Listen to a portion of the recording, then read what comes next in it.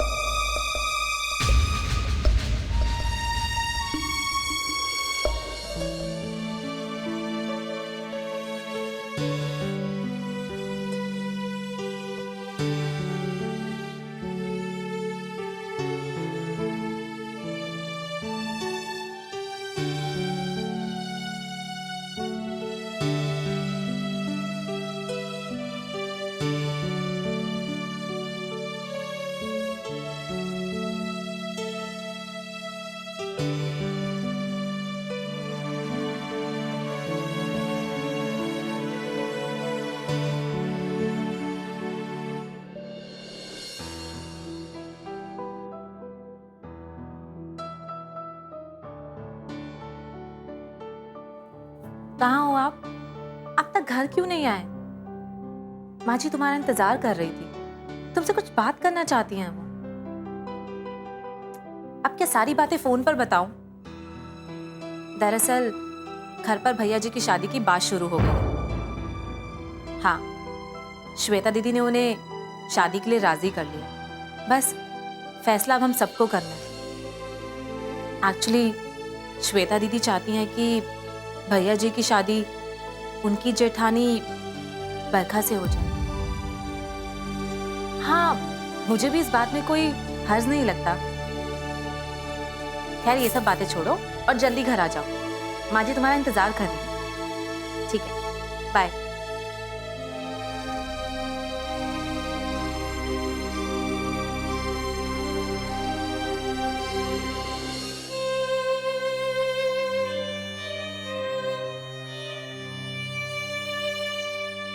माँ जी, आपने मुझे किस लिए बुलाया था?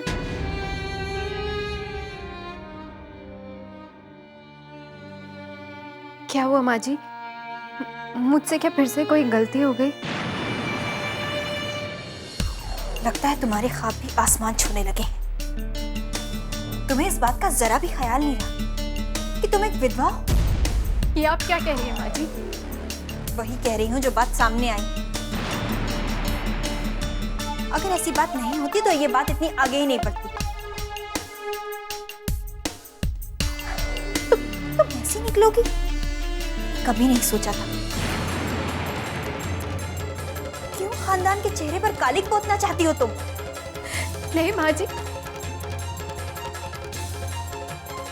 ये आप कैसा इल्जाम लगा रही है मुझ पर? मैंने ऐसा कुछ नहीं किया। और अब क्या यही सुनना बाकी रह गया था मुझे? क्यों शराफत का नाटक कर रही हो बहू? ऐसी बातें छुपती नहीं है। तुमने क्या सोचा था? ये बात छुप जाएगी या हम देखकर भी इस बात को बर्दाश्त कर सकेंगे?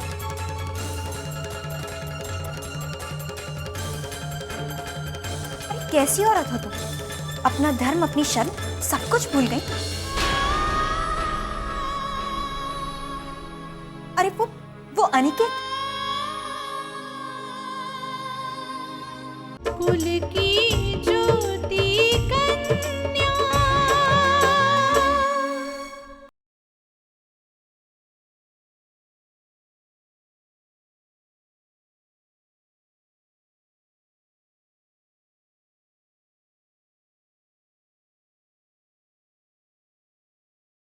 कुल की ज्योति कन्या। 2 बार घर क्या चला आया?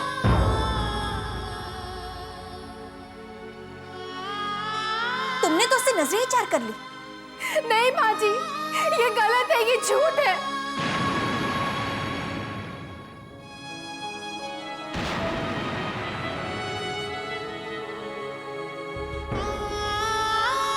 ये इल्जाम है मुझ पर। मैं अपनी मर्यादा कभी नहीं भूली।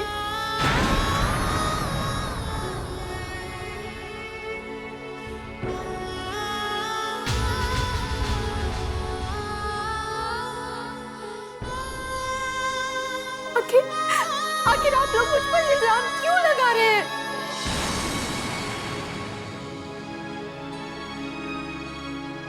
इल्जाम नहीं, सच्चाई है ये। अगर ये सच ना होता तो ये बात इतनी आगे नहीं बढ़ती।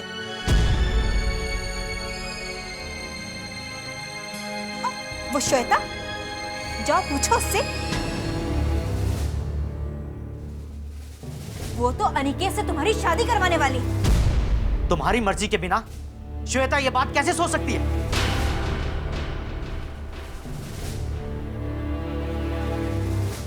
जाहिर सी बात है, ये ख्वाब तुम्हारे भी होंगे।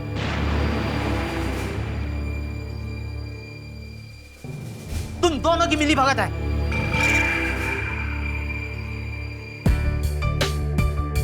हमारे लिए तो शर्म की बात है।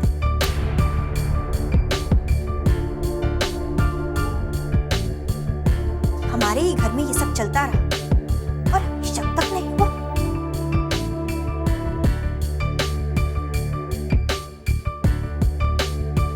दरअसल हमने तुम पर भरोसा करके ही गलती कर दी।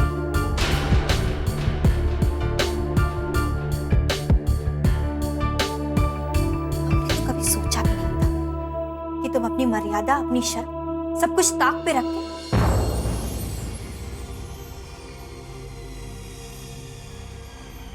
फिर से दुल्हन बनने का ख्वाब देखने लगोगी।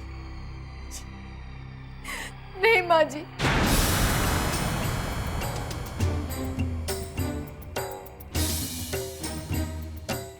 मैंने ऐसा कोई ख्वाब नहीं देखा। आप मेरा यकीन कीजिए। श्वेता ने अनिकेत के साथ तुम्हारी शादी की बात क्यों छेड़ दी? अगर तुम्हारी मर्जी नहीं थी तो जाओ श्वेता से जाकर पूछो कि उसने तुम्हारी शादी की बात क्यों छेड़ी। जाओ अंदर जाकर पूछो उससे।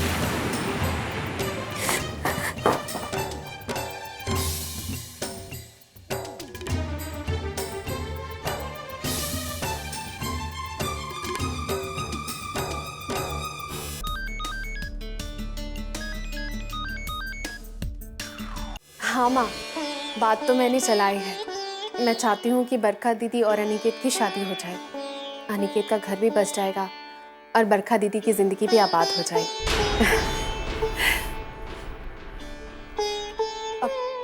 अच्छा माँ, मैं आपसे बाद में बात करती हूँ।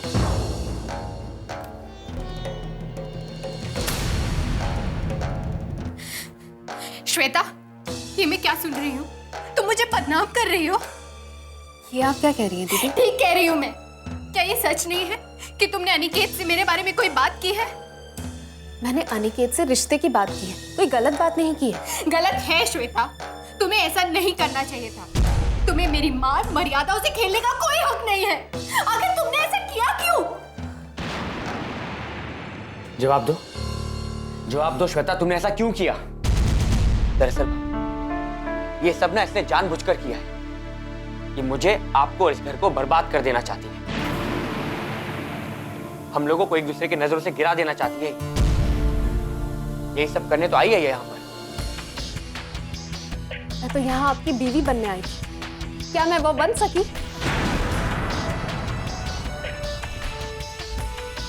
लेकिन अपने दर्द से गुजरते हुए मैंने दीदी के दर्द को करीब से महसूस किया है। इसलिए आप ये बात नहीं समझ सकते, लेकिन मैं समझ सकती हूँ। एक अकेली औरत के लिए पूरी जिंदगी अकेले गुजारना कितना मुश्किल होता है। नहीं श्वेता, नहीं। कि जिंदगी इतनी सस्ती नहीं है कि किसी के बहकावे में आकर मान सम्मान के नाम पर कुर्बान कर दी जाए।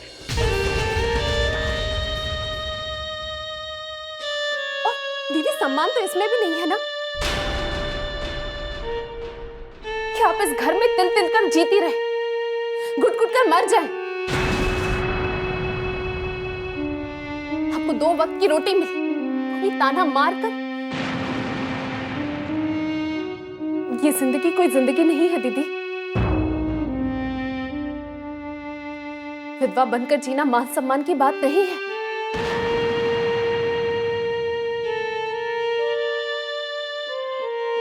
बल्कि फिर से सुहागन बनकर जीना मान सम्मान की बात होगी।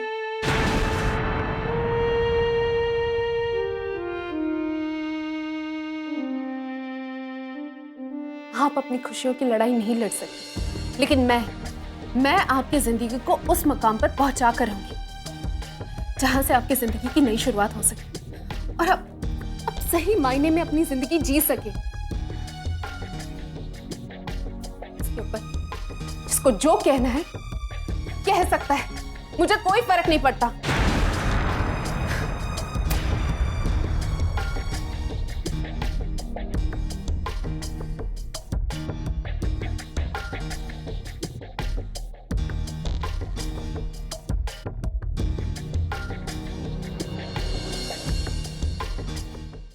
कुल की ज्योति कन्या।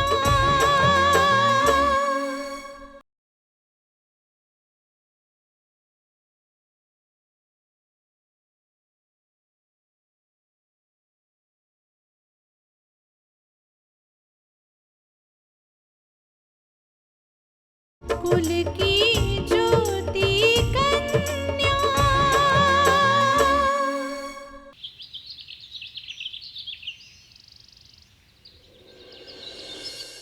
अरे कब तक सोता रहेगा विकास? जाओ जगाओ उसे। 2 बार उठा चुकी हूँ। दरअसल वो रात को लेट आए थे ना घर पर। कल रात को मैंने विकास से तुम्हारी शादी के बारे में बात की थी। उसे भी लगता है कि श्वेता का फैसला सही है। आप खामोश क्यों है भैया जी? क्योंकि आपकी रजामंदी के बिना तो बात आगे बढ़ ही नहीं सकती। हाँ निकेत, आखिरी फैसला तो तुम्हारा ही होगा। मुझे कोई एतराज नहीं है माँ। श्वेता ने मुझे इतनी अच्छी तरह से समझाया कि मैं इनकार कर नहीं सकता।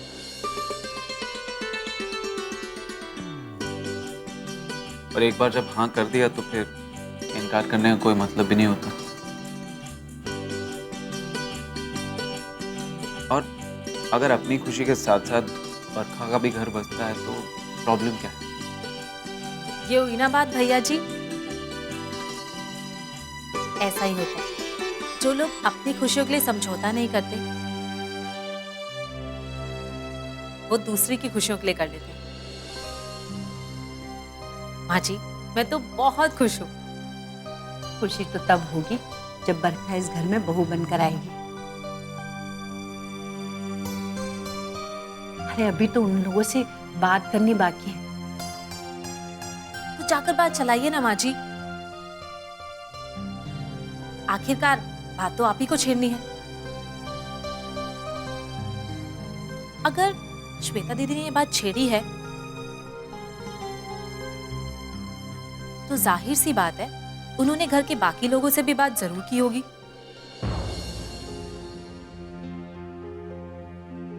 तुम ठीक कहती हो बहू। मैं खुद जाऊंगी माधवी जी से बात करने। कम से कम हम एक दूसरे को अच्छी तरह से जानते तो हैं।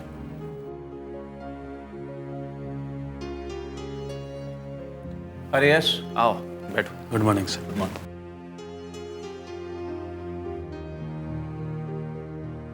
कुछ ज़रूरी चेक साइन करवाने थे।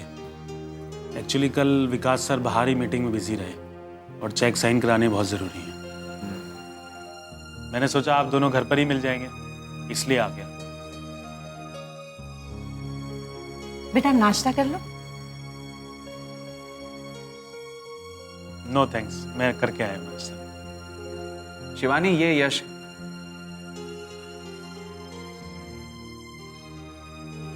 ये विकास को नैनीताल के समय से जानता है।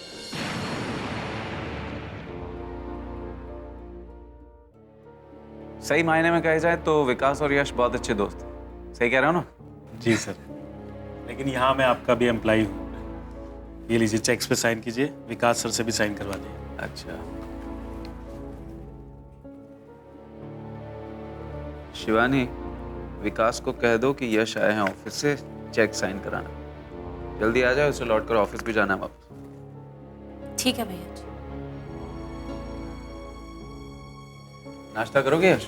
नो नो थैंक्स, मैं कुछ तो करके ले लो आया यार। हूँ। नहीं नहीं, मैं करके आया हूँ। नहीं, नो थैंक्स।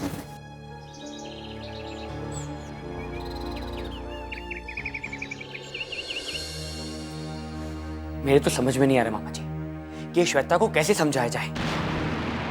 दरअसल वो ना ये सब कुछ जानबूझकर कर रही है। हाँ, तो आपको क्या लगा ये सब कुछ मैं अनजाने में कर रही हूँ? नहीं,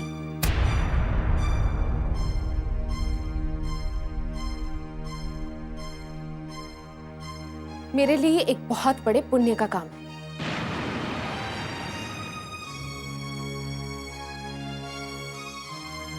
किसी की जिंदगी को आबाद करने से बड़ा पुण्य और कुछ नहीं होता।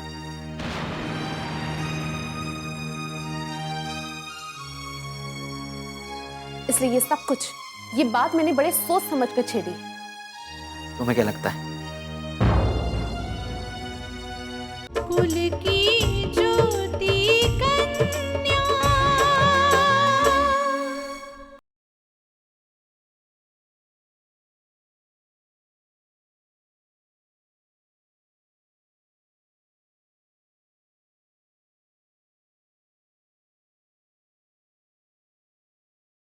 कुल की ज्योति कन्या।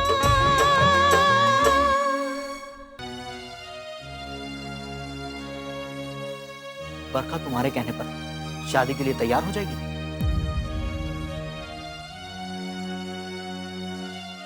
आपको क्या लगता है मामा जी कि आपके बहकाने से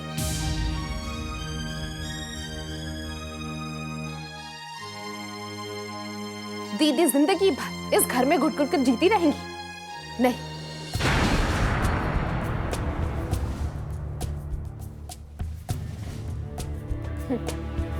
बड़े शर्म की बात है।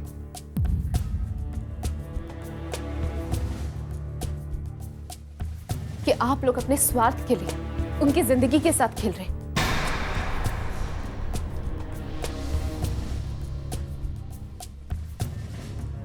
उनकी खुशियों के साथ खेल रहे हैं, लेकिन मैं ऐसा नहीं होने दूंगी।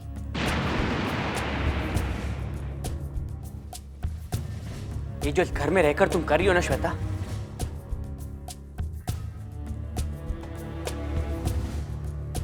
ये अच्छा नहीं है। इस घर की बहू होने का ही फर्ज निभा रही हूं मैं।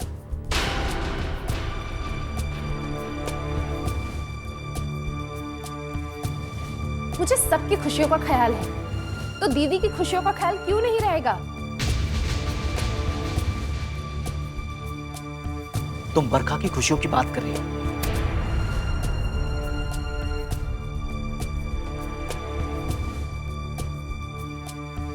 तुम्हें इस बात का ख्याल है कि जानवी अनिकेत को चाहती है।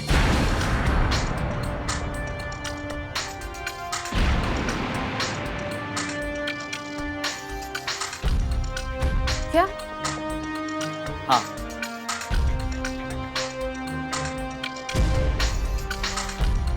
बरखा को खुशियां देकर तुम जानवी की खुशियों को कुचलने की कोशिश कर रही हो।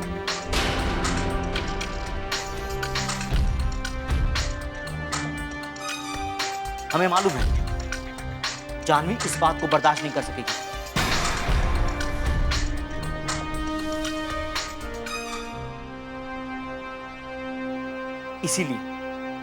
इसीलिए तुम्हें पता है,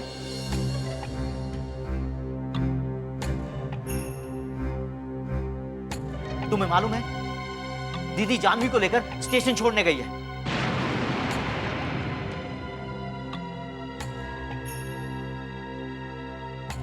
बहाना करके उसे इलाहाबाद भेजा जा रहा है।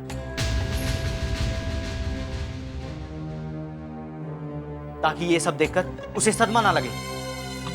मामा जी, आप ये बात क्यों नहीं समझते?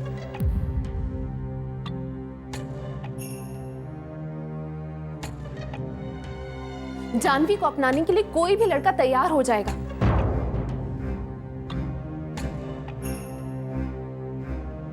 उसकी जिंदगी किसी के साथ भी आबाद हो सकती है।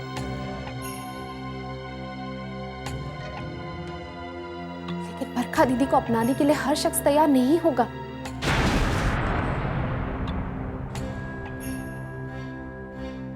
इसलिए मैंने बहुत सोच समझकर अनिकेत को मनवाया है। मतलब तुम मानोगी नहीं? हाँ,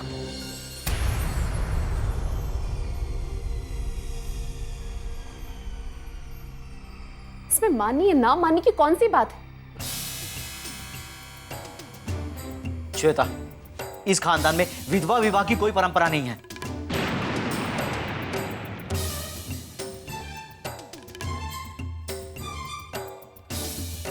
बरखा इस खानदान की विधवा है और उसे इसी खानदान की विधवा बनकर रहना पड़ेगा। बस कीजिए आप।